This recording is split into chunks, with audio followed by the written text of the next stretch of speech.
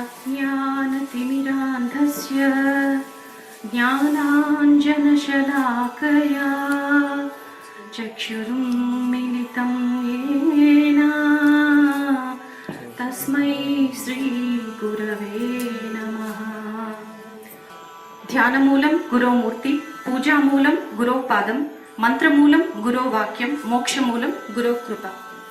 క్రియాయోగ సాధన ధ్యాన మందిరం మేము 2007లో ఓపెన్ చేశాము, అక్టోబర్ 10వ తారీఖున. అప్పుడు మాతో పాటు ఉన్నది నేను, నా భార్య శంకర్ గారి భార్య నళిని అనుకుంటా కదా, నళిని.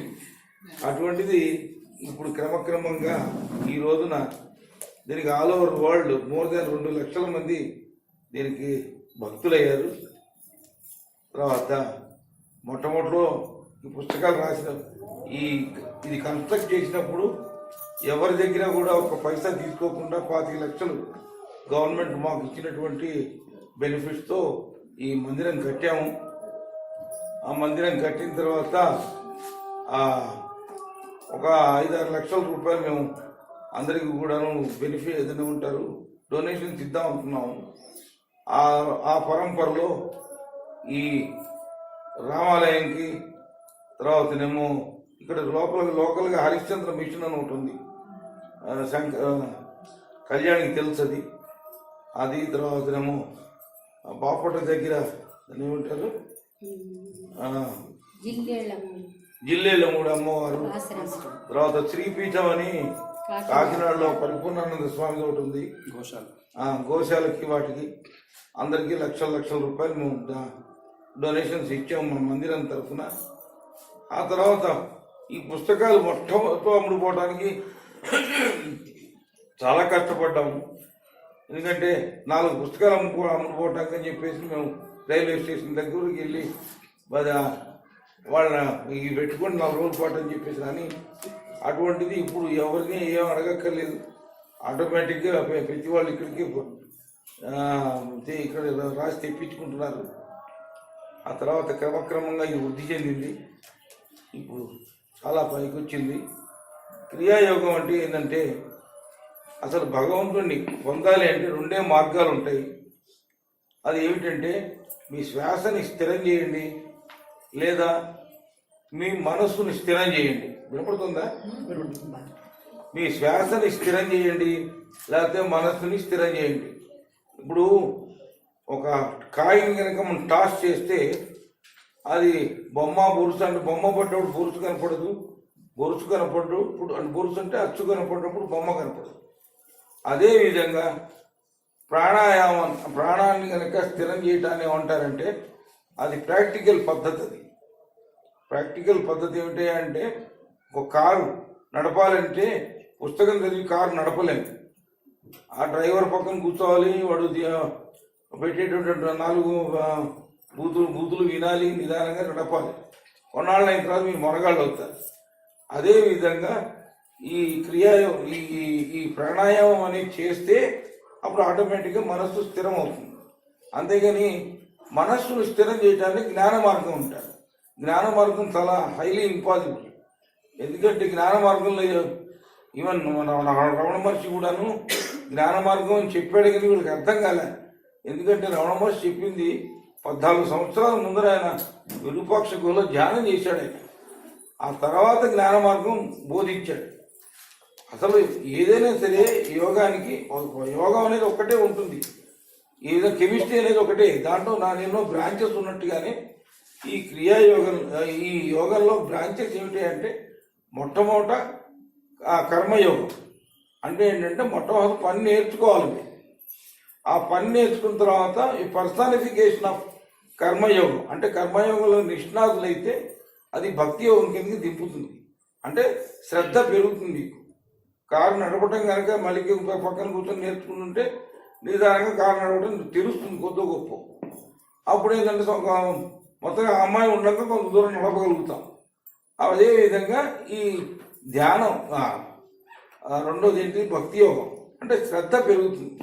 ఆ శ్రద్ధ పెరిగినప్పుడు అది కనుక దాంట్లో నిష్ణాతులు అయిపోతే అది క్రమంగా ధ్యాన యోగం కిందకి మారుతుంది. ధ్యాన యోగం అంటే 1 పాయింట్ అండి. ఆ ధ్యాన యోగంలో కనుక నిష్ణాతులు అయితే అది జ్ఞానయోగం కిందకి మారుతుంది. అంటే అలవోకగా ఏది పడితే చెప్పగలరు మీరు నిద్రపోతున్నా కూడా. అందువల్ల ఈ 4 కూడా దే ఆర్ నాట్ ఇండిపెండెంట్. అది సర్వస్వతంత్రం కాదు. అది దే ఆర్ ఇంటర్ డిపెండెంట్. ఒకదాని మీద ఒకటి ఆధారపడి ఉంటాయి. అర్థమైందా? అందుకని చాలామంది ఏదో భక్తి యోగం చేస్తే చాలు, కర్మయోగం చేస్తే చాలు అనుకుంటారు. అది తప్పది. ఒకటి చేస్తే ఒకటి వస్తుంది, ఒకటి చేస్తే ఇంకోటి వస్తుంది, అది చేస్తే అట్లా వస్తుంది. ఆ ఫైనల్లీ జ్ఞానయోగం. ఒక్కసారే జ్ఞానయోగంలోకి వెళ్ళి కూర్చోవాలంటే, ఒక్కసారి ఎంటెక్ చదవాలంటే ఎవడి వల్ల కాదు. 1వ క్లాస్ నుంచి అరుస్తూ చదవాల్సిందే. ఆ క్రమక్రమంగా నోరు మూతపడిపోతుంది, మనసులో చదువుకుంటాం. అందుకే మొట్టమొదటి 1వ క్లాస్ నుంచి మనసు చదువుతాం, కుదరదు. సో ఈ విధంగా ఈ క్రియాయోగంలో మనం క్రియ అంటే చేస్తూ ఉంటే, యోగం అంటే కలుస్తాం. పరమాత్మని కలవాలనేటట్టయితే ఈ క్రియాయోగం తప్పనిసరి. క్రియాయోగంలో ఈ రాజయోగం ఉంటుంది, హఠయోగం ఉంటుంది. హఠయోగం అంటే ఆసనాలు గీసనాలు ఇవన్నీ ఉంటాయి. ఆ తర్వాతనేమో దాన్ని ఏమంటారు, మంత్రయోగం ఉంటుంది. తర్వాతనేమో లయయోగం ఉంటుంది. అట్లాగే బీజాక్షర ధ్యానాలు ఉంటాయి. ఇవన్నీ ఈ కంబింగ్లింగ్ ఆఫ్ ఆల్ యోగా ఇది కాల్డ్ క్రియాయోగ. ఇది హయ్యెస్ట్. ఇది అందువల్ల మీ అందరికీ నేను చెప్పేది ఏంటంటే, ఇక మేము ఎంతకాలం ఉంటామో మాకే తెలీదు. అందువల్ల చక్కగా క్రియాయోగం నేర్చుకోండి. ఎక్కడెక్కడి వాళ్ళు నేర్చుకుంటున్నారు, అందువల్ల మీరు కూడా నేర్చుకోండి. మన జీవితం యొక్క గమ్యం ఏదో తెలుసుకోండి. మీ అందరికీ నమస్కారం. श्री गुरुभ्यो नमः। आदरणीय सभागण एवं मेरे प्रिय भाइयों और बहनों, आप सबको एक नए साल की हार्दिक शुभकामनाएं। आप सबका इस सभा में स्वागत है। यहाँ उपस्थित सभी सभासदों को मेरा सस्नेह नमस्कार। गुरुजी की आशीर्वाद से मैंने इस कविता को ध्यान के परमानंद स्थिति में महसूस करके लिखा है। इस कविता की कुछ पंक्तियाँ आपके सबके समक्ष प्रस्तुत करना चाहती हूँ। तेरे चरणों में शीश नवाऊं या तेरी सृष्टि का दीदार करूं, तेरे चरणों को हृदय वेदी पर रखूं या सृष्टि का आस्वादन करूं, तेरे चरणों पर भक्ति के आंसू छलकाऊं या तेरी सृष्टि में खुद को बहा दूं। पंच तत्वों की मोह माया में फंसे इसका मोल न जाने हम, तेरे चरणों को शीश पर धारण कर मेरुदंड बन जाऊं, तेरे चरणों को कूटस्थ पर विराजित कर ओंकार नाथ बन जाऊं या तेरे चरणों का दास बनकर अंतर्धान हो जाऊं। जय गुरु।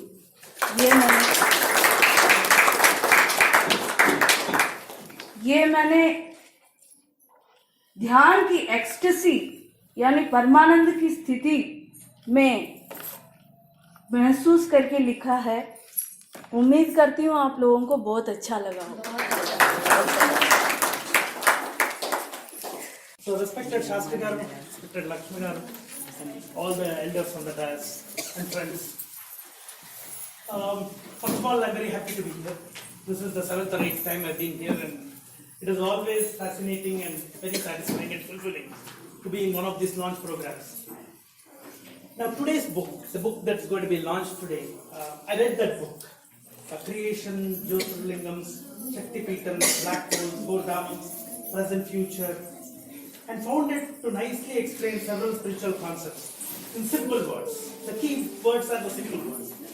There are lots of books, we were talking about it earlier, lots of commentaries and lots of books, but it's all in bombastic language like Shastri Garu was saying. It takes so much more time to understand when the concept that is being presented is very simple. You can put it in simple words and we can learn it easily, which is what you have done, Shastri Garu, so thank you for that. While many of the concepts may be generally known to many of us, whatever is there in the book, because this is the 7th or 8th book and in some form and shape we have already heard many of it, placing them in proper context can help us immensely in tuning our mind to get to greater depths in sadhana. And that's what I found. What Shastri Garu has done in this book is he has placed in proper context all the different concepts that are needed for our sadhana. And I think that's the perspective with which we should read the book.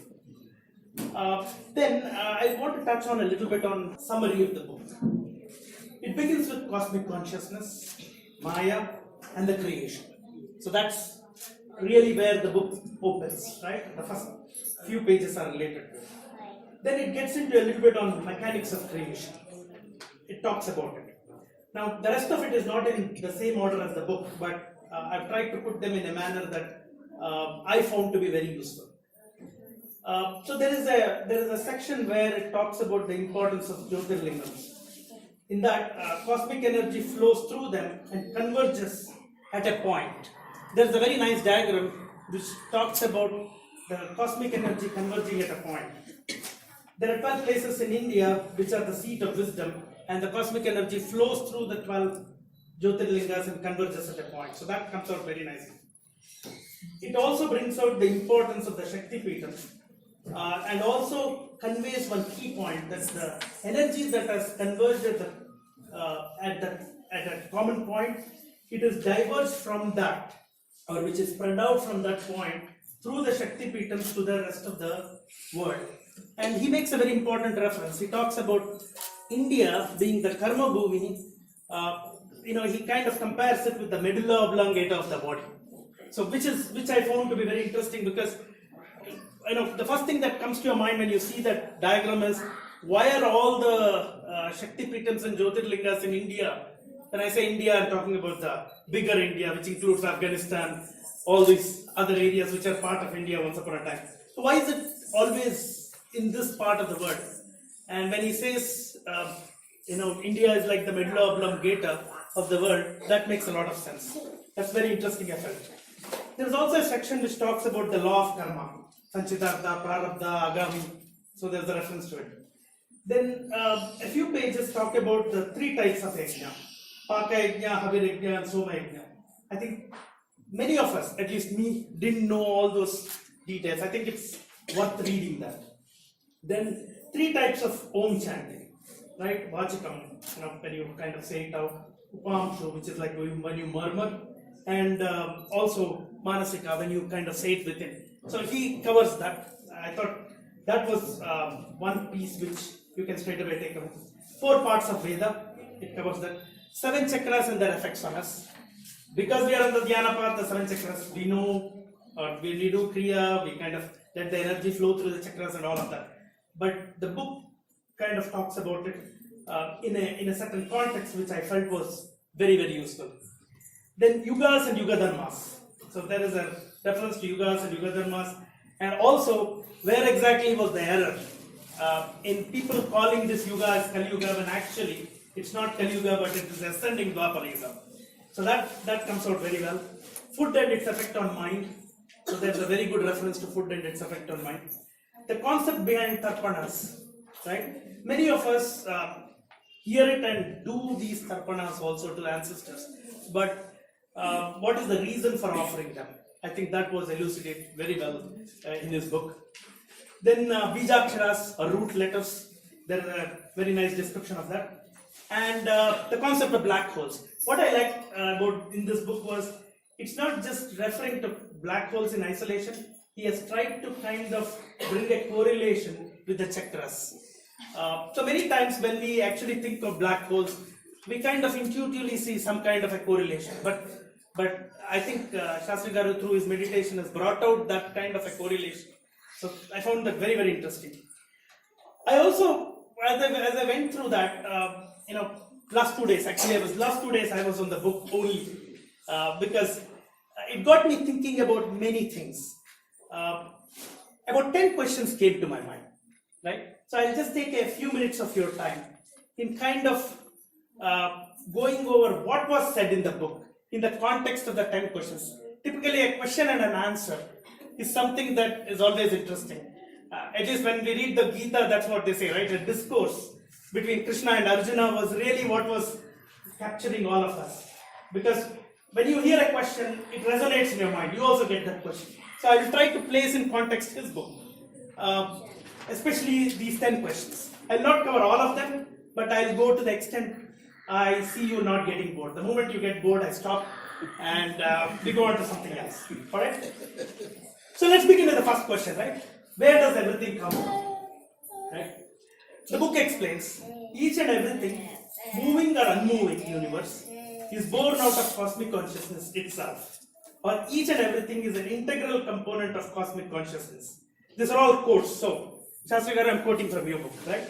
So, whenever I say the book says or the book explains, this is what it is. So, everything is cosmic consciousness. The next question is, what is consciousness? Right? We keep saying cosmic consciousness, it's used. What is consciousness? Again, he puts a very nice simple equation. Consciousness equal to intelligence plus energy. Right? So, there is intelligence, there is energy. Now, I'm a computing guy, right? And I carry these cell phones all the time. So for me, it's all about, okay, this is good. So what does it mean, right?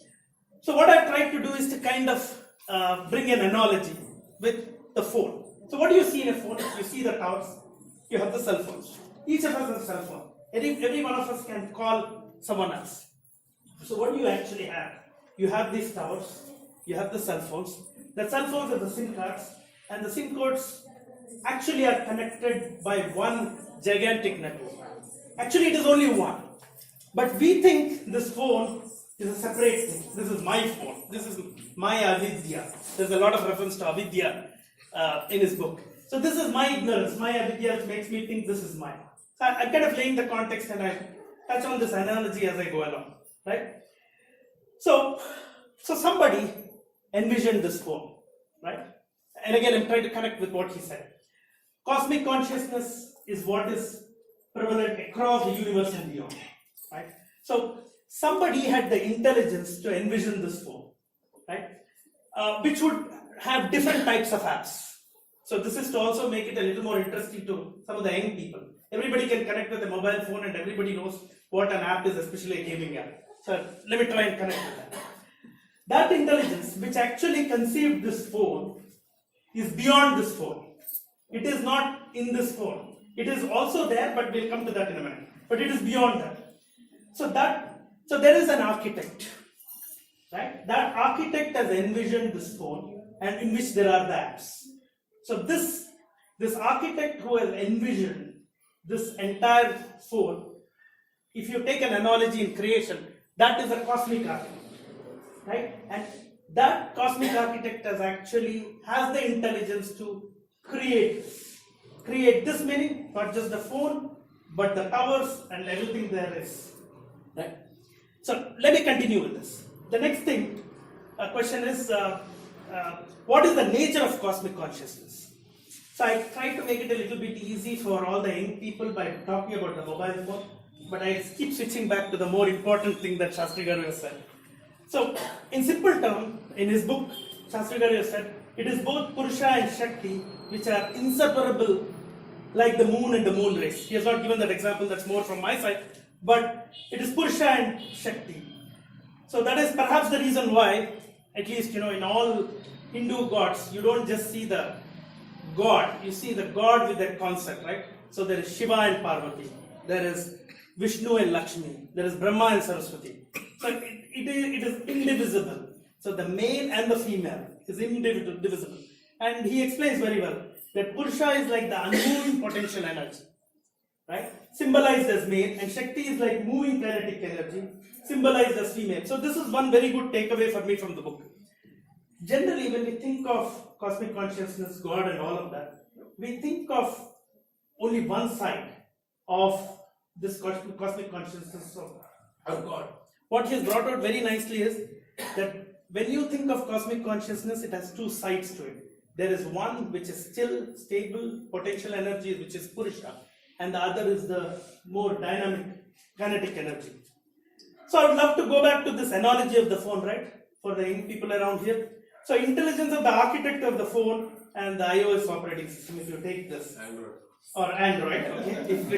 if you're an Android diehard, so that drives the different type, that drives the device are not two different things. So the person who has actually conceived this and it's working are not two different things. It's one and the same, which is what we are trying to say here, right? That it is the cosmic consciousness which is spread all out. Now let's move away from my analogy again and get into what is creation. The next question is, what is creation? Again, Shastri Garu in his book says, all creation is different forms of cosmic consciousness. Since we said that cosmic consciousness is inseparable Purusha and Shakti, every particle in this creation must manifest Purusha and Shakti, right? So that is an important thing. Every particle in the creation must have that.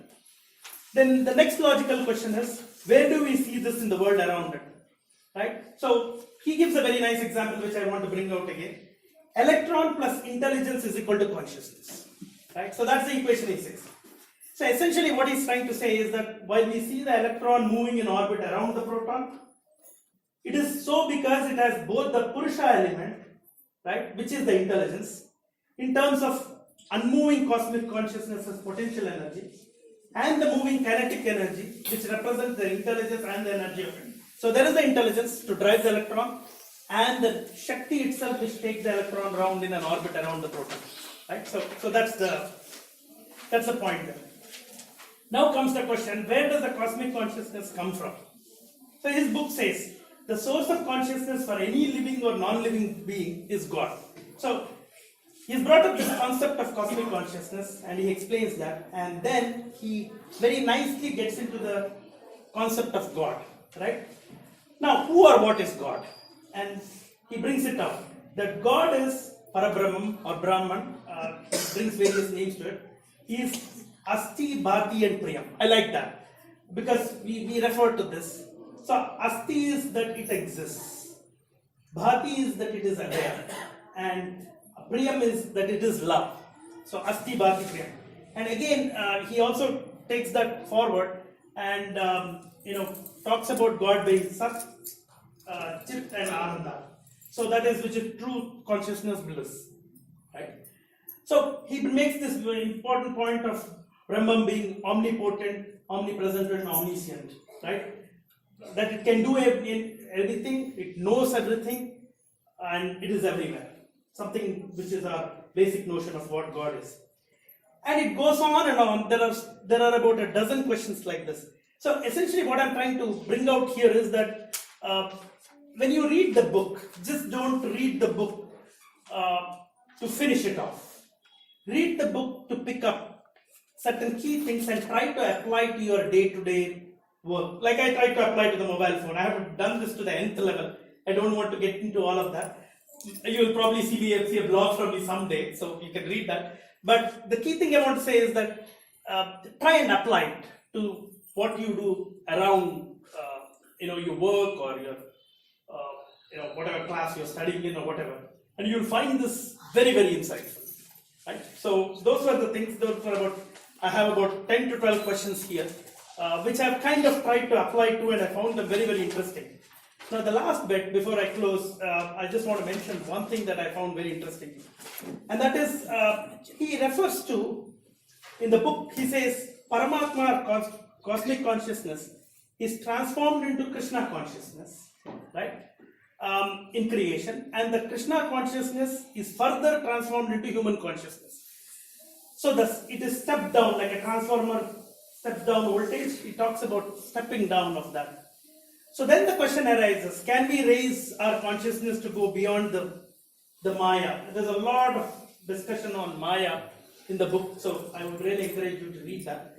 And he answers it as a yes, and he brings out the value of Kriya Yoga Sadhana in kind of raising your consciousness from what we are in today to the highest level, right? So it very nicely ties into whatever sadhana we perform, and I think that is a very important thing. And the other point which he mentioned right now, which is you have two approaches.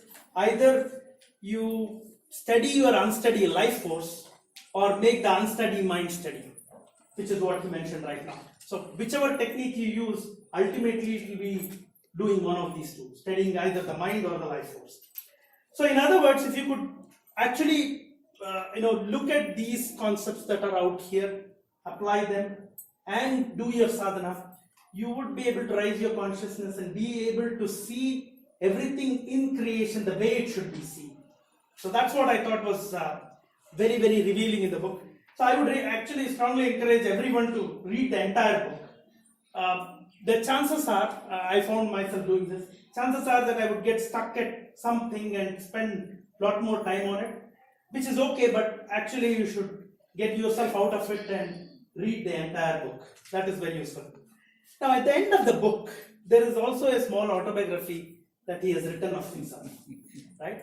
I got to know many aspects of Shastri Garu and Lakshmi Garu and also Shyamala Garu by reading that autobiography.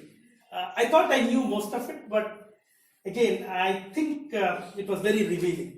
And I could actually trace your journey through the years and see you get to where you are. I mean, amazing sadhana over the years, this commitment, trying to make everybody rise. Malika and I keep talking about it.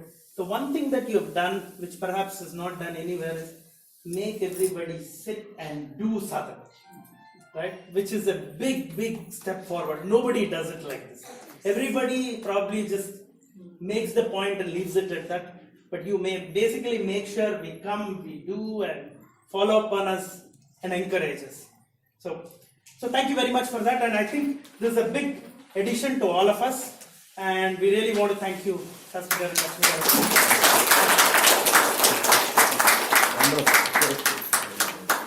మా మీద దయ ఉంచి మీ అమూల్యమైన సమయాన్ని ఈరోజు ఈ ఫంక్షన్కి కేటాయించిన మీ పెద్దలందరికీ, మీ అందరికీ మా క్రియాయోగ ధ్యాన మందిరం తరఫు నుంచి, స్టూడెంట్స్ అందరి తరఫు నుంచి కృతజ్ఞత తెలియజేసుకుంటున్నాను. సృష్టి, ఇక్కడ ఒక క్వశ్చన్ మార్క్ కూడా ఉంది. సృష్టి ఏంటి? సృష్టి ఎవరికి?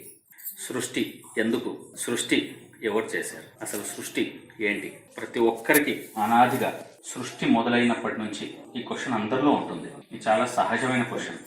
ఎవరికైతే తన లోపల ఒక రకమైన ఆవేదన, అంటే ఆధ్యాత్మిక ఆవేదన కలిగినప్పుడు మొట్టమొదట ఏర్పడే క్వశ్చన్, ఇంతకు నేను ఎవరిని? అన్ని ప్రాబ్లమ్స్ ఫేస్ చేసిన తర్వాత కూడా, అన్ని రకాలుగా స్థిరపడ్డా కూడా, వాళ్ళు అనుకున్నట్టు అన్ని రకాలుగా ఆరోగ్యంగా, ఆనందంగా, ఏ వేళ చూసినా వాళ్ళు బాగా సంతుష్టులై ఉన్నప్పటికీ కూడా మనిషి ఒకానొక సమయంలో ఖచ్చితంగా తనకు తానే వేసుకునే క్వశ్చన్, నేనెవరిని? ఇదే చింతతో చాలామంది వెళ్ళిపోతారు. ఒక చిన్న విషయం ఉంది. గురుగారు అందించిన ఈ అమృత భాండాగారంలో నల్లరంధ్రం అనే ఒక పాయింట్ చాలా చాలా గొప్ప విషయం. దీన్ని మనం ముందు పెడదాం. ధ్యానం చేసేటప్పుడు అందరికీ అనుభవం ఉంటుంది. ఏ వేలో ధ్యానం చేసినా మొట్టమొదట కళ్ళు మూసుకోగానే ధ్యానంలోకి వెళ్ళిపోయే సమయంలో ముందు మీరెంత ప్రాణాయామం చేసినప్పటికీ కూడా కాసేపు మన ముందు కొన్ని విషయాలు లేదా చిత్రాలు తటస్థిస్తాయి. ఒక్క పట్టాన అవి పక్కకు జరగవు. మీరు ఎంతైనా ప్రయత్నం చేయండి. ఇవన్నీ ఎక్కడివి? అంతవరకు బాగానే ఉన్నాం, కూర్చున్నాం, ప్రాణాయామం చేశాం, ధారణ చేశాం.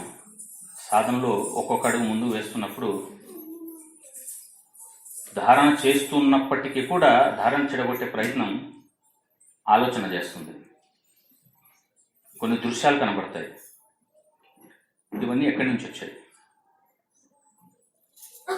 మన లోపలే పెద్ద బ్లాక్ హోల్ ఉంది. లేకపోతే సనాతనుడు మనిషి, సనాతనుడు జీవుడు, సనాతనుడు ఎప్పుడు మొదలయ్యాడో నిజంగా ఎవరికి తెలియదు. ప్రయాణం జరుగుతోంది, జరగనివ్వండి. ఎన్నో శరీరాలు దాల్చి వచ్చాం, ఎన్నో ఎక్స్పీరియన్స్ చేశాం. ఇవన్నీ మరి ఎక్కడికి పోయాయి? ఇదిగోండి, ఆ బ్లాక్ హోల్ నిక్షిప్తమై ఉంటాయి. జంతువులు గుర్తించలేవు. మనిషి శరీరం వచ్చాక అది కూడా సాధనలో మనకి సమస్య ముందొస్తుంది. దానికి కారణం బ్లాక్ హోలే. లేదంటే ఇన్ని లక్షల సంవత్సరాలు, ఇన్ని లక్షల జన్మలు, ఇన్ని లక్షల శరీరాలు, కొన్ని యుగాల తరబడి మనం వస్తున్నాం. ఆ ఎక్స్పీరియన్స్ అసలు మనం ఎక్కడ దాచుకున్నాం? బ్లాక్ హోల్లోనే. దానికి ఇంకో పేరు కూడా పెట్టుకోవచ్చు. ఏదో మన బ్రెయిన్లో ఉంది, లేదా మన స్పైనల్ కార్డ్స్లో ఉంటాయి. ఓకే, 7 రకాల బ్లాక్ హోల్స్ ఉన్నాయి. ఒక్కొక్కటి ఒక్కొక్క కెపాసిటీని కలిగి ఉన్నాయి. గురుగారు చెప్పారు,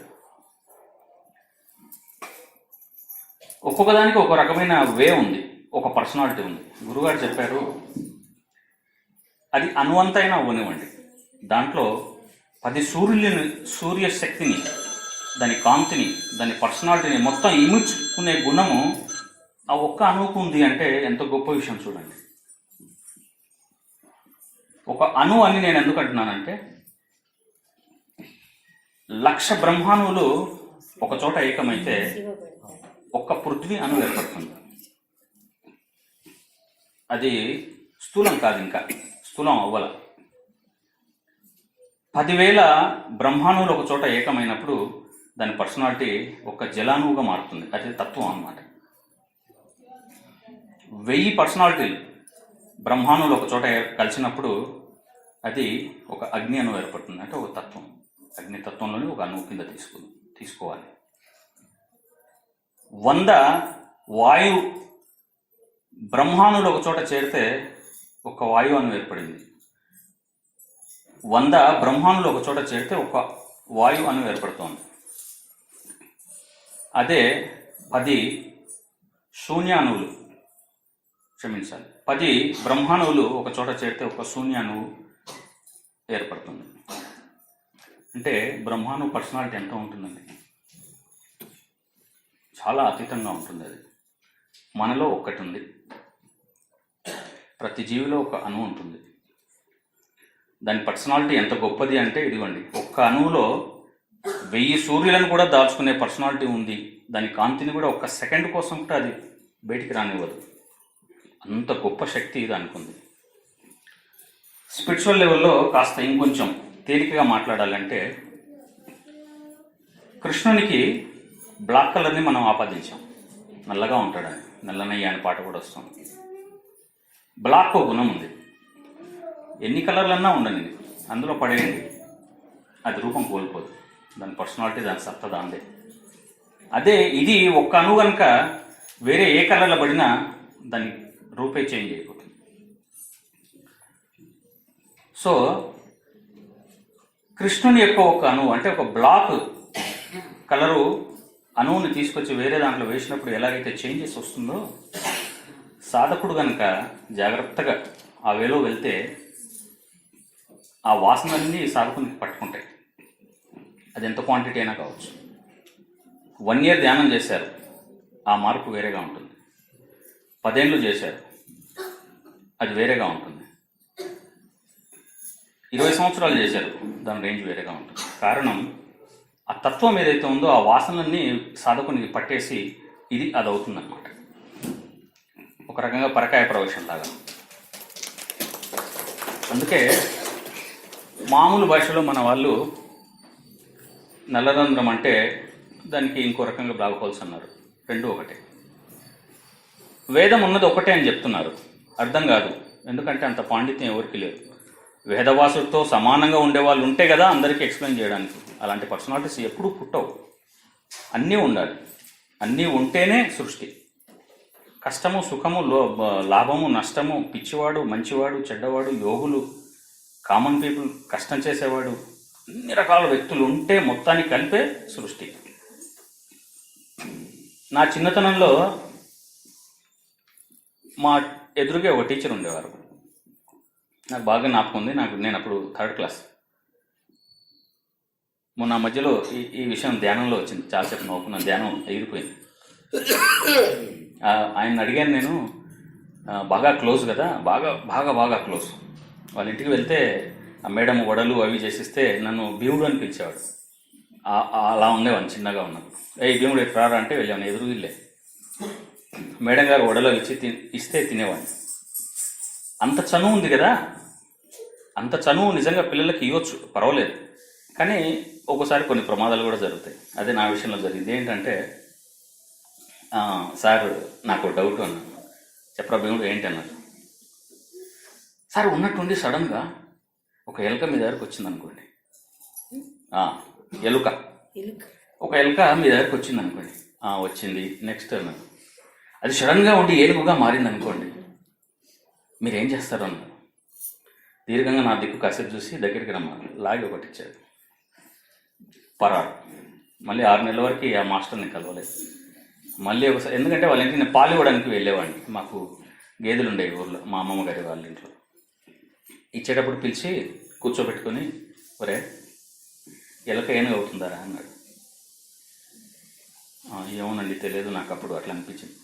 అలాగే నాయన, ఎలుకే, ఎలుక ఏనుగు ఎప్పుడు అవ్వదు, ఏనుగు కూడా ఎలుక అవ్వదు. అలా అయ్యేటట్టయితే ఏనుగులు మాత్రమే మిగులుతాయి భూమి మీద, లేదా ఎలుకలే మిగులుతాయి. మరి మనంతా ఎక్కడికి వెళ్ళాలి? మా ఊళ్ళో నాకు 10 ఎకరాలు ఉంది, నేనేం చేయాలన్నాడు. తేలిగ్గా ఎక్స్ప్లెయిన్ చేశాడు, చాలా తేలిగ్గా.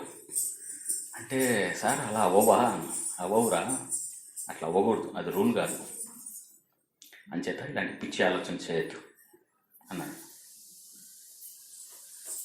ఈ మధ్యకాలంలో మన మిత్రుల్లో ఒకరు ఒక క్వశ్చన్ వేశారు.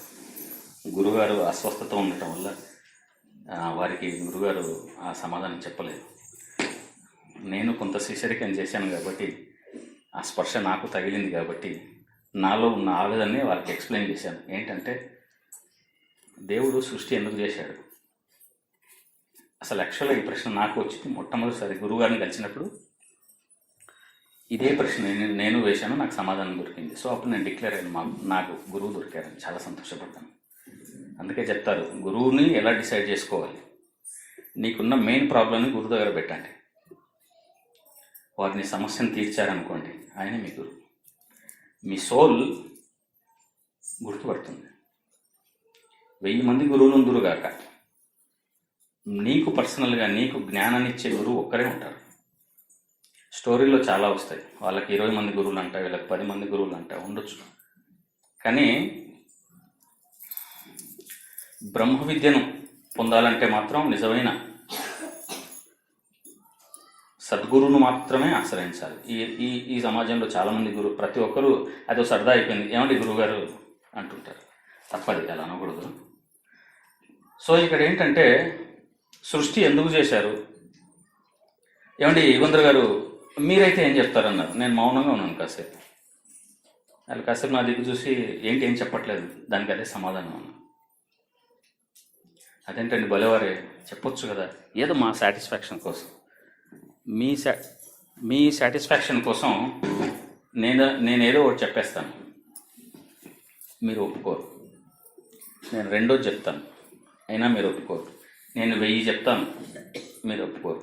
ఎందుకంటే మీ లోపల ఏదైతే ఫిక్స్ అయి ఉందో దానికి సమాధానం మీకు ఇప్పుడైతే దొరకదు. ఎందుకంటే అండి, దేవుడు సృష్టి ఎందుకు చేశాడన్న పదంలో మీరు దేవుడిని వాడుతున్నారు కదా. మీకు తెలుసా దేవుడు ఎవరు? మీకు దేవుడు అంటే ఎవరో తెలుసా? తెలియదు. మరి క్వశ్చన్ ఎట్లా వేశారు? మీరు క్వశ్చన్ ఎట్లా వేస్తారండి? దేవుడు అని ఒక పక్క అంటూనే ఉండి ఆయన సృష్టి ఎందుకు చేశాడని క్వశ్చన్లో దేవుడు అంటే ఏందో మీకు తెలియదు, ఆ క్వశ్చన్ ఎట్లా వేస్తారు? కనుక మీ క్వశ్చన్ రాంగ్. శాస్త్రాలు అనేకంగా చెప్పుకొచ్చాయి. ఒక్క వేదముని తట్టుకోలేక ఈ జనాలు సతమత అవుతుంటే దాన్ని తేలిగ్గా చేశారు, 4 అయ్యాయి. వాటిని మళ్ళీ ఇంకొంచెం పల్సగా చేసి 4 నుంచి అనేక ఉపవేదాలు వచ్చాయి. అక్కడ కూడా మన వాళ్ళకి అర్థం కావట్లేదు. కనుక ఇతిహాసాలు, పురాణాలు, కథలు, స్టోరీలు ఎన్నెన్నో వచ్చాయి. మీరు ఎప్పుడో పాతకాలం విఠలాచార్య సినిమాలో ఓం పట్టు అంటే ఏదో వచ్చిందని, లేకపోతే ఇంకోటని, ఇట్లాంటి వాటిని ఎలా దృష్టిలో పెట్టుకొని మీరు అలాంటి క్వశ్చన్స్ వేయకూడదండి. కొన్ని క్వశ్చన్లు తప్పు ఉంటాయి. అందుకే ఒక మహాత్ముడు అంటాడు,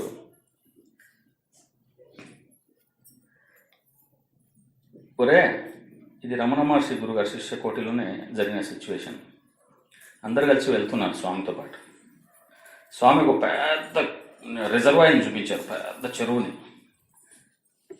దాని దిక్కు చూపించి వీళ్ళతో, నాయనా అక్కడ చూడండి, దానికి ఎన్ని గేట్లు ఎత్తి ఉన్నాయన్నారు.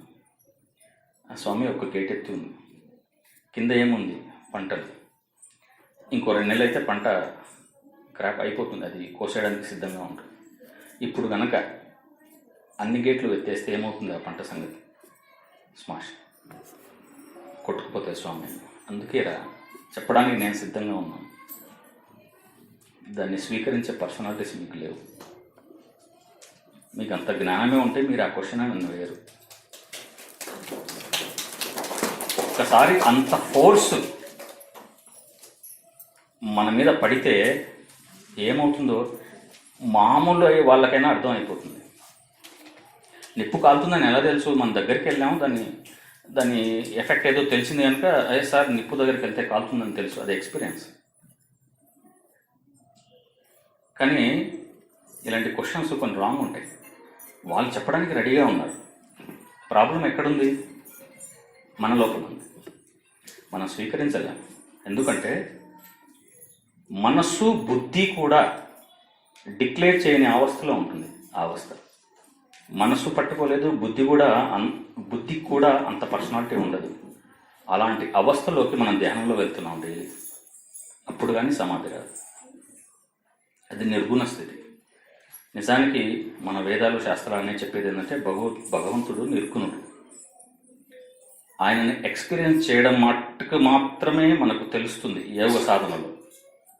ఇలా పొడి భాషల్లో, లేదంటే మీరు ఏదో క్వశ్చన్ వేశారు మీ సాటిస్ఫాక్షన్ కోసం నేను అది చెప్పేసి తప్పించుకోవడం, ఇది కుదరదండి. ఇది రాంగ్.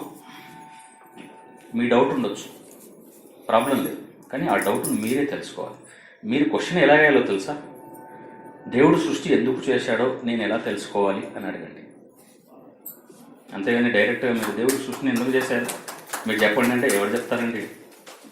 ఎలా ఉంది అంటే భగ మండుతున్న ఒక కొలిమి అంటారు, అందులో ఏదైనా లోహం వేసేస్తే అది సెకండ్స్ లోపల ద్రవంగా మారిపోతుంది. అలాంటి అవస్థ లోపలికి వెళ్ళి మీరు దాంట్లోకి దిగి ఇది ఎంత వేడిగా ఉందని టెంపరేచర్ అదేదో మీటర్ పెట్టి కొలవడానికి మీకు సాధ్యం అవుతుందా? ఇంపాసిబుల్. క్వశ్చన్స్ వేసేటప్పుడు చాలా జాగ్రత్తగా, ఎవరి సమక్షంలో ఉన్నాం, క్వశ్చన్ ఎవరితో వేయబోతున్నాం, ఆ క్వశ్చన్లో నిజంగా మనం తెలుసుకోదగ్గది ఉందా, ఈ క్వశ్చన్ రాంగా, చాలా జాగ్రత్తగా వేయాలి. లేకపోతే క్వశ్చన్ మీరు ఆ క్వశ్చన్ తెలుసుకోవడం కోసం మీరు అనేక జన్మలు ఎత్తాల్సి వస్తుంది కొన్ని సందర్భాల్లో. ఇది చాలా చాలా పెద్ద పొరపాటు. సో ఇప్పుడు ఏమవుతుందంటే ఒక చిన్న విషయం చెప్తాను. రామకృష్ణ పరమహంస గారు ఒక సిచ్యువేషన్లో ఓ మీటింగ్ జరిగింది. అక్కడ అందరూ భోజనం చేస్తున్నారు. మీటింగ్ అనంతరం స్వామి ఒక శిష్యుని పిలిచి, ఎవరే నాయనా, బయట ఒక ముసలోడు వచ్చాడు, ఆ ముసలోడు మహాజ్ఞాని, నేను చెప్పానని తీసుకురమ్మన్నాడు. ఆ శిష్యుడు వెళ్ళి ఆయన చూస్తే వీళ్ళు తినేసిన తర్వాత మిగిలిన ఆ ప్లేట్లు ఉంటాయి కదా, వాటిలో అన్నం మెతుకులను వేరుకొని తింటూ ఉంటాడు. ఇతను జ్ఞానియా? స్వామి ఏంది మరి ఇలా చెప్పాడు? ఏమో మనకెందుకు వచ్చిన కూడా పని చెప్పారు, చేసి పెడదాం అని వెళ్ళి, అయ్యా స్వామి మీరు మహాజ్ఞానులు అంట కదా, స్వామి రమ్మంటారు లోనికి రండి అంటే అదేదో అయిష్టంగా, అందులో ఒక వ్యంగ్యం. మీ స్వామి ఎలా అన్నాడా? నేను జ్ఞానినా? నవ్వుకుంటూ వెళ్ళిపోయాడు. నేను జ్ఞానినా?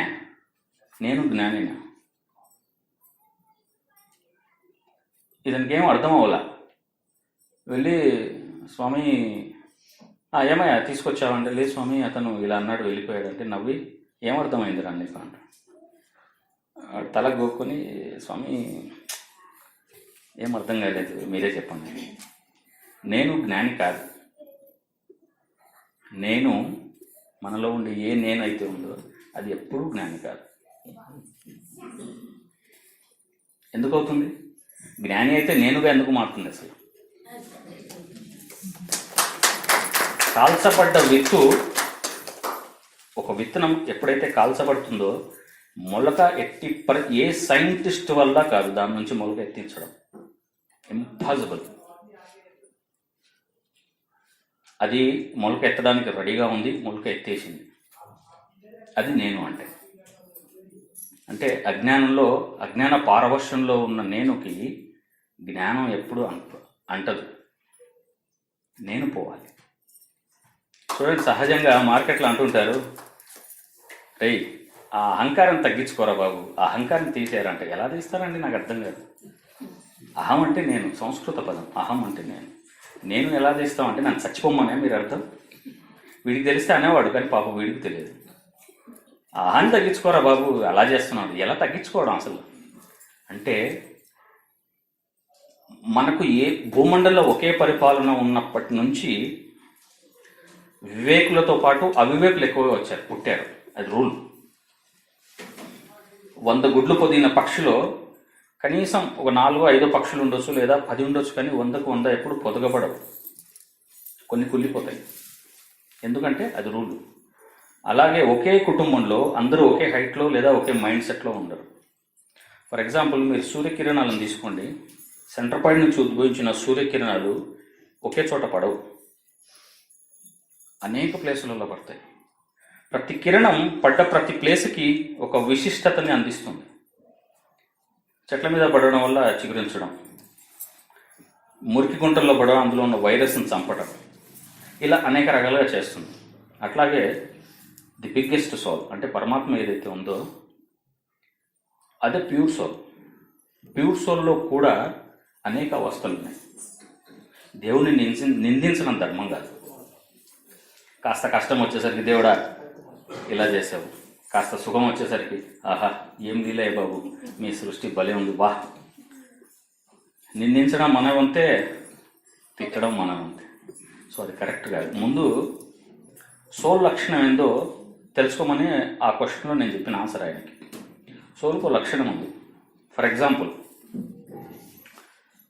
మీకు తెలుసు హైడ్రా అనే ఒక బద్దె పురుగు ఉంటుంది, దాన్ని అది హైడ్రా అంటారు. అట్లాగే వానపాము ఒకటి ఉంటుంది. ఇది నా ఇంటర్మీడియట్లో చదువుకున్న పాఠం, ఇప్పుడు నాకు బాగా ఉపయోగపడింది. ప్రతి జీవిలో ఉత్పత్తి అవస్థ ఉంది కదా. కొన్ని గుడ్లు పెట్టవచ్చు, డైరెక్ట్గా కొన్ని పిల్లల్ని ఈనొచ్చు.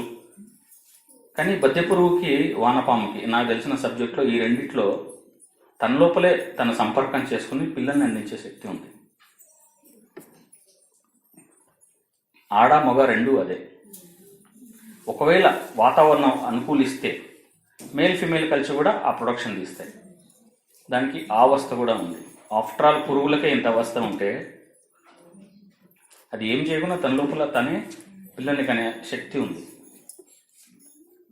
పరమాత్మ చైతన్యంలో ఎన్ని రకాల వేవ్స్ ఉంటాయి, ఎంత గొప్ప మెటీరియల్స్ పుడుతున్నాయి, ఎన్ని గొప్పగా మారిపోతున్నాయి, ఎన్ని రకాల అవస్థలు ఉన్నాయి. ఇంతెందుకండి, వేలి ముద్రలే సరిగా ఒకరితో ఒకరికి మ్యాచ్ కావు. అలాగే ఇంతమంది జనాలు పుడుతున్నారు ఇప్పుడు, ఎప్పటి నుంచో ఎప్పుడూ ఉంటుంది. ఇది అందరి మైండ్ సెట్ ఒకలాగా ఉండదు. అందరూ ఒక రూపంలో ఉండరు, కలర్లో ఉండరు. ఈ రకంగా చూస్తే అనేక మార్పులు ఉత్పన్నమయ్యే స్థానం ఏదైతే ఉందో, ఏ కేంద్రం అయితే ఉందో, ఆ పర్సనాలిటీకి ఆ శక్తి ఉంది. అది అంతే. ఎందుకు చేశాడు తప్పు, ఇది పుడతాయి అంతే. బద్దె పురుగులాగా, వానపాములాగా ఎందుకు పుడతాయండి? దాని ధర్మం అది. అరటిపండు తీయగా ఎందుకుంది? దాని ధర్మం అయ్యా. మీరేదో ఇంకా వేరేదైనా జోడిస్తే తప్పు అవుతుంది. కనుక సోల్ కూడా ఒక ధర్మం ఉంది. దాంట్లో ఏమైనా పుట్టవచ్చు, ఏమైనా మార్పు చెందవచ్చు, అది ఏమైనా చేయొచ్చు. సర్వ సమర్థవంతమైన పర్సనాలిటీ బిగ్గెస్ట్ సోల్. కనుక ఏమి పుట్టినా చివరికి మళ్ళీ అందులోకి లయమవుతాయి. ఎలా అవుతుంది? కాలక్రమేణా అనేక మార్పులు చెందిన తర్వాత దాంట్లో కలిసిపోతుంది. అసలు ఇంకొక విషయం అంటే, నాకున్న సందేహం కూడా నివృత్తి అయింది. సముద్రం ఉంది. ఎవరైనా భగవంతుని చూశారంటే నిజంగా ఎవరు చూడరు, ఎక్స్పీరియన్స్ చేస్తారు, అది చాలు. దేన్ని చూస్తే ఇంకా దేన్ని తెలుసుకోవాల్సిన అవసరం ఉండదో, ఏదైతే ఆత్మదర్శనం ఉందో అదొక్కదాన్ని చూసేస్తే మొత్తం అర్థమైపోతుంది. ఎందుకంటే అంత జ్ఞానం వస్తుంది, అంత జ్ఞానం వచ్చి తీరుతుంది. ఎందుకంటే ఏం మామూలు విషయం ఏం కాదు ఆత్మదర్శనం. ఏదో ఇలా కూర్చున్న టైంపాస్ కాదు, నరకయాతన అనుభవించాలి ధ్యానంలో. అన్నింటికంటే కష్టం కూడా, అలాగే అన్నింటికంటే సులువు కూడా, కరెక్ట్ గురువుగారి చేతిలో పడితే. ఎందుకంటే నీతో స్టెప్ బై స్టెప్ వెళ్ళిపోతాం. ప్రపంచంలో ఎంతమంది గురువుల పేర్లు వస్తున్నారు, ఎందుకు పోలీస్ కేసులలో వాటిల్లో వీటిల్లో ఇరుక్కుపోతున్నారు? వాళ్ళకు పరంపర లేదు, ఓ సిస్టమేటిక్ లేదు. ఎవరో వచ్చారు, డబ్బులు ఇచ్చారు, నేర్చుకున్నారు, కాస్త నేర్చుకున్నారు, ఓ 2 రంగులు కనిపించేసరికి దుకాణం పెట్టేయటమే ఫుల్ ప్లెజర్గా. ఇక భజనలు, కీర్తనలు శరమామూలే. మనకున్న ప్రాబ్లమే అది. వాస్తవాన్ని పక్కన పెట్టి భజించడం, పూజించడం అనాదిగా వస్తుంది, తప్పేం కాదు, అది ఒక అవస్థ. వీటి వైపు ఇచ్చేసేసి ఓ పెట్టేస్తుంటారు. ఇంకా దీనికి కారణం ఏంటంటే వాళ్ళకి సరైన గురువు దొరకపోవడం. ఒక గురు పరంపర నుంచి రావాలి, కరెక్ట్ పర్సనాలిటీ అయి ఉండాలి. గురుగారు చెప్తారు, ఒక వాటర్ని ఒక గ్లాసులో పోసి దాన్ని తీసుకెళ్ళి డీప్ ఫ్రిడ్జ్లో పెడితే అది క్యూబ్ కింద మారిపోతుంది, ఐస్ క్యూబ్ కింద. అదే వేదాల యొక్క సారాన్ని కనుక మనం నీళ్లుగా భావిస్తే కాసేపటికి అదంతా ఘనీభవించిన తర్వాత ఒక రూపాన్ని కలిసి దట్ ఈస్ కాల్డ్ క్రియాయోగం.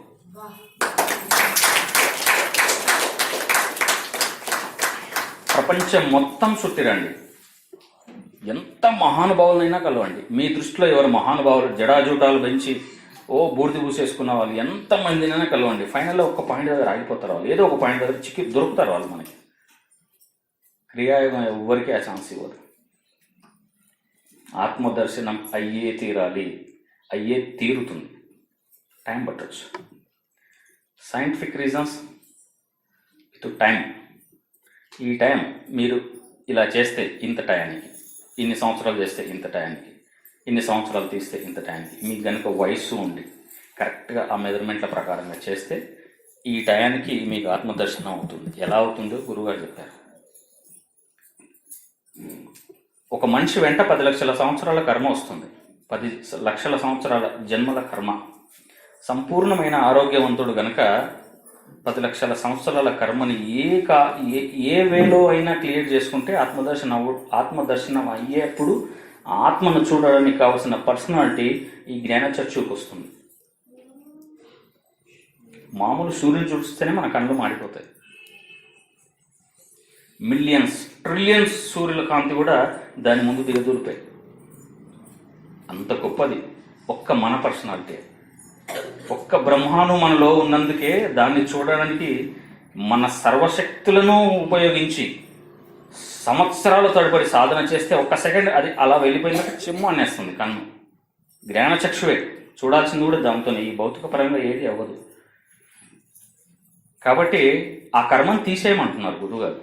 దానికి ఒక్క క్రియాయోగ సాధన మాత్రమే ఫుల్ ప్రెజెక్ట్గా ఒక సిస్టమేటిక్గా తీసుకొచ్చారు గురువుగారు. ఒక అపోహ ఉంది, కేవలం సన్యాసం తీసుకోవాలి, సంసారంలో ఎట్టి పరిస్థితుల్లో మోక్షం పొందరు. అది తప్పు. మహావతార్ బాబాజీ గారు ఆ విషయంలో చాలా సిన్సియర్గా ఈ విషయాన్ని ప్రపంచం మొత్తానికి చెప్పారు. అది తప్పు, అది కాదు, అది వేరు, ఇది వేరు. ఒక గోల్డ్ ముక్క ఏదో పెంటలో పడినంత మాత్రం దాని వాల్యూస్ ఏం పోవు. అలాగే మనిషిలో ఉన్న సోల్కి సంసారం వగైరా వగైరా ఇవన్నీ నథింగ్. ఇవి అసలు ఇది ఈ సమస్యలోకి వచ్చేది కాదు. ఎందుకంటే ఇందాక మనం అనుకున్న మనస్సు బుద్ధి కూడా క్యాచ్ చేయలేని ఒక పర్సనాలిటీ ఉంది. అది మన లోపల ఉండే జ్ఞానచక్షు గమనిస్తుంది, తెలుసుకుంటుంది. దాన్ని ముందు నువ్వు తెరిపించుకో.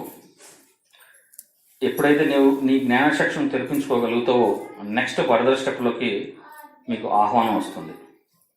అప్పుడు ఒక్కొక్కటిగా మీకు తెలిసిపోతుంది. ఇందాక రమణ మహర్షి గురువు గారు చెప్పినట్టు ఒక్క గేటు ఎత్తితేనే అక్కడ చేలు ఊగిపోతున్నాయి, ఫోర్స్ ఎక్కువై.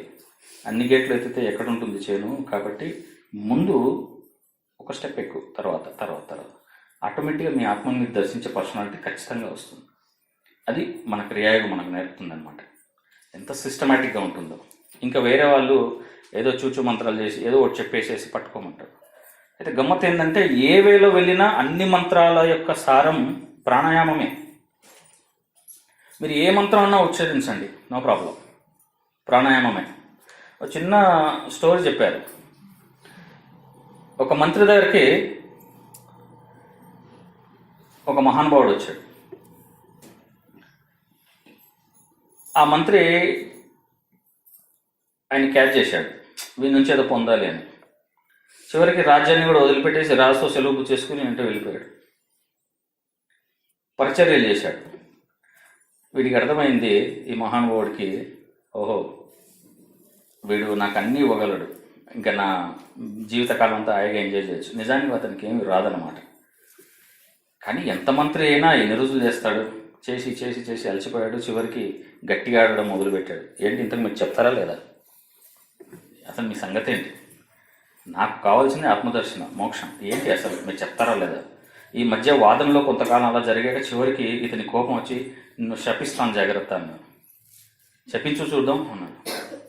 వీడికి అర్థమైపోయింది ఇక్కడేం పప్పులు ఉడికేటట్లేవని. అట్లా కాదు నాయన, నిజంగా అది పొందాలి అంటే ఒక మంత్రం ఉంది సీక్రెట్గా. ఏంది? రేపు చెప్తాను, ఎల్లుండి చెప్తాను. మళ్ళీ వాయిదాలు కొంతకాలం అలా పబ్బం గడిపేసుకొని చివరికి వాడి కోపం వచ్చి పోరా భ్రష్టుడా ఇదే పో మంత్రం అన్నాడు అనమాట. భ్రష్టుడు అనేది మంత్రం అని వాడు కూర్చున్నాడు. భ్రష్టుడా భ్రష్టుడా భ్రష్టుడా భ్రష్టుడా భ్రష్టుడా భ్రష్టుడా భ్రష్టుడా భ్రష్టుడా భ్రష్టుడా భ్రష్టుడా. ఒక్క సెకండ్ అయినా నీవు ఆపావనుకో, నీ ఊపిరి పూర్తిగా దిగేంత వరకు నీ మంత్రం ఫెయిల్ అయితే నువ్వు నన్ను మళ్ళీ కలవద్దన్నాడు. ఈ పెద్ద ఆయన బాగా సాధన చేశాడు. జరిగింది ప్రాణాయామమేగా. ఊపిరి ఎక్కడ ఆపకుండా ఒక మంత్రాన్ని జపిస్తే ప్రాణాయామం జరుగుతుంది. ప్రాణాయామం జరగడం వల్ల ప్రాణం స్థిరమవుతుంది. ప్రాణం స్థిరమైతే సమాధి వస్తుంది. దర్శనాలే దర్శనాలు. గొప్ప పర్సనాలిటీ వస్తుంది. ఎందుకు అంటే గురుగారు చెప్పారు, ఎవరికైతే సమాధి స్థితి వచ్చే టైం వస్తుందో అప్పుడు జరిగేది ఏంటి అంటే, మనకుండే ఇక్కడ మిడిల్ సెంటర్ దగ్గర ఒక గాడ్ ఆఫ్ ది మౌత్ అని ఒకటి ఉంటుంది. అది ఓపెన్ అవుతుంది. అది ఆ మహా చైతన్యాన్ని ఆహ్వానిస్తుంది. అన్ని రకాలుగా ఇది బాగుపడుతుంది, అన్ని రకాలుగా, ఆరోగ్యపరంగా అన్ని రకాలుగా. అలాగే దానికి ఒక పర్సనాలిటీ వస్తుంది. ఆత్మదర్శనాన్ని చూడగలిగే కెపాసిటీ, దాన్ని ఎదురుగా నిలబడగలిగే కెపాసిటీ, దాన్ని ఆస్వాదించగలిగే పర్సనాలిటీ. అందుకని ప్రాణాయామం చాలా ఇంపార్టెంట్. మీరు ప్రాణాయామంతో అయినా చేయొచ్చు, లేదా మనసును స్థిరం చేసి అయినా చేయొచ్చు. కానీ అది కుదరదు. మనసుకి ఒక పర్సనాలిటీ చెప్పారు. అది ముందే కోతి, దానికి పిచ్చెక్కింది. ఎలా ఉంటుంది? అయిపోలేదు. దానికి తేలు కూడా గడిచింది. అక్కడితో అవ్వలేదు. దానికి ముళ్ళు గుచ్చుకుంది. అది కళ్ళు దాగింది, నిప్పును తొక్కింది. ఇప్పుడు ఆ కోతి పర్సనాలిటీ ఎలా ఉంటుందో అంతకన్నా భయంకరమైంది మనస్సు. కాబట్టి ఆ మార్గంలో ఎవరో కోటాను కోటల్లో ఒక్కరికి సాధ్యమవుతుంది. కాబట్టి ఆ వేలో అలా వెళ్లకుండా తేలిగ్గా ప్రాణాయామం ద్వారా మనసును స్థిరం చేయొచ్చు. ఇది మార్గం ఉందని మన క్రియాయోగం నీట్గా నేర్పుతుంది. సో మనం సిద్ధి పొందవచ్చు. ఇది ఇప్పుడు భగవంతుడు సృష్టి ఎందుకు చేశాడు అన్న ఆయనకి నేను చెప్పిన ఆన్సర్ ఏంటంటే, ఆయా ముందు ధ్యానం చేయి, ధ్యానం చేసి నీవు ఆ స్థితికి రా. అప్పుడు అడుగు నువ్వు వేసిన క్వశ్చన్ అది కరెక్టా కాదా నీకు తెలుస్తుంది. అంటే అలా కదండి, మనంతా భగవంతుని పుత్రులం కదా, మనంతా ఆయన పిల్లలమే కదా. మరి అలాంటప్పుడు నేను ఎందుకు ఇలా ఉన్నాను, ఇంకోళ్ళు ఎలా ఉన్నారు, ఇంకోళ్ళు ఎలా ఉన్నారు అని. వేద భాషలో సంస్కృత పదాల్లో చాలా రకాలుగా చెప్పుకొచ్చారు. ఇప్పుడు ప్రజెంట్ నడుస్తున్న తెలుగునే ఇక్కడ ఉన్న వాళ్ళే తెలుగు అని కూడా అంటారు. తెలుగు భాషలో మనం మామూలుగా చెప్పుకునేది అంటే, అవునండి మనంతా పరమాత్మని పిల్లలమే, కరెక్టే అని. ఇది ఎప్పుడో కూడా చెప్పారు. దీన్ని కొంతమంది దొంగిలించారు. ప్రపంచంలో అనేక దేశాలలో కొన్ని మతాలు వచ్చాయి. వాళ్ళు ఏం చెప్పుకుంటారంటే, మనమంతా పాపులము, మనకు ఒక పర్సనాలిటీ ఉంది, ఆయన భగవంతుని కొడుకు, ఆయనే గాడ్ సన్, కనుక మన ప్రాబ్లమ్స్ అని ఆయన చెప్పేసేస్తే ఆయన ఎక్కడ ఇది చేస్తాం, మనం రికమెండ్ చేయాలి, రికమెండ్ చేసేదానికి ప్రార్థన చేయాలి. అసలు విషయం ఏంటంటే అండి, దొంగిలించారు ఓకే, వాళ్ళ నాలెడ్జ్ అంతే. SON సన్, మనకు తెలిసిన దాంట్లో SON సన్ కుమారుడు, అది కాదు యాక్చువల్గా మన వాళ్ళు చెప్పదలుచుకున్నది. SUN sun, we are all SUN sun. మనంతా సూర్యులో, మనకు ఆ పర్సనాలిటీ ఉంది. ఆ పెద్ద సూర్యునిలో నుంచి ఒక ముక్క బయటకు వస్తే ఎలాగ ఉంటుందో అది మనం. కానీ మన వాళ్ళు తేలిక భాషలో ఆయన పుత్రులు అన్నాం. కానీ అది వాళ్ళు ఒప్పుకోక, వాళ్ళకి అర్థం కాక ఆ మార్గాలలో వెళ్తున్నారు. కనుక వాళ్ళకేమీ ఇంతవరకు వాళ్ళ దాంట్లో మోక్షం వచ్చిన సంగతి ఎవరు డిస్కస్ చేయలేదు. ఏదో కొన్ని లీలలు చేస్తారు, అవన్నీ ట్రాష్, అవన్నీ వేస్ట్. అందుకని ఒకటే, అన్ని వేదాల యొక్క సారం ఘనీభవించబడి క్రియాయోగ రూపంలో ఉంది. మీరు కరిగించండి యోగ సాధన ద్వారా. మీలో ఆ జ్ఞానాగ్ని ఎప్పుడైతే ఉత్పన్నం అవుతుందో ఆటోమేటిక్గా ఆ పర్సనాలిటీ కరిగిపోతుంది. దాన్ని మనం ఆస్వాదించవచ్చు. అది క్రియాయోగం. కనుక క్రియాయోగం తప్ప ఏ మార్గానికైనా కొన్ని జన్మలు పట్టచ్చు. తప్పు కాదు, తప్పేం కాదు. ఎలా చెప్తారంటే ఒక చెరుకు రసం ఉంది, మన యోగులు ఎప్పుడో దాని రసాన్ని తాగేశారు, మిగిలింది పిప్పి, అది కూడా తీయగానే ఉంటుంది. ఎండిపోయినా సరే దాంట్లో కొంత స్వీట్నెస్ ఉంటుంది. అదే కాబోలు సర్వం అనే ఇదిలో ధోరణిలో ప్రపంచం అంతా నడుస్తుంది. కాబట్టి అది కరెక్ట్ కాదు, యోగులను పట్టుకోవాలి. అంటే ఎవరైతే ఆ పర్సనాలిటీలో ఉన్నారో వాళ్ళని పట్టుకుంటే మనకు కరెక్ట్ వే దొరుకుతుంది. సో ఆ రకంగా క్రియాయోగం మనం సాధన చేద్దాం, బాగుపడదాం. విన్నందుకు చాలా చాలా ధన్యవాదాలు. ఈరోజు మీరందరూ మీ సమయాన్ని కేటాయించినందుకు మరొకసారి ధన్యవాదాలు తెలియజేసుకుంటూ సెలవు తీసుకుంటాం. Thank you very much.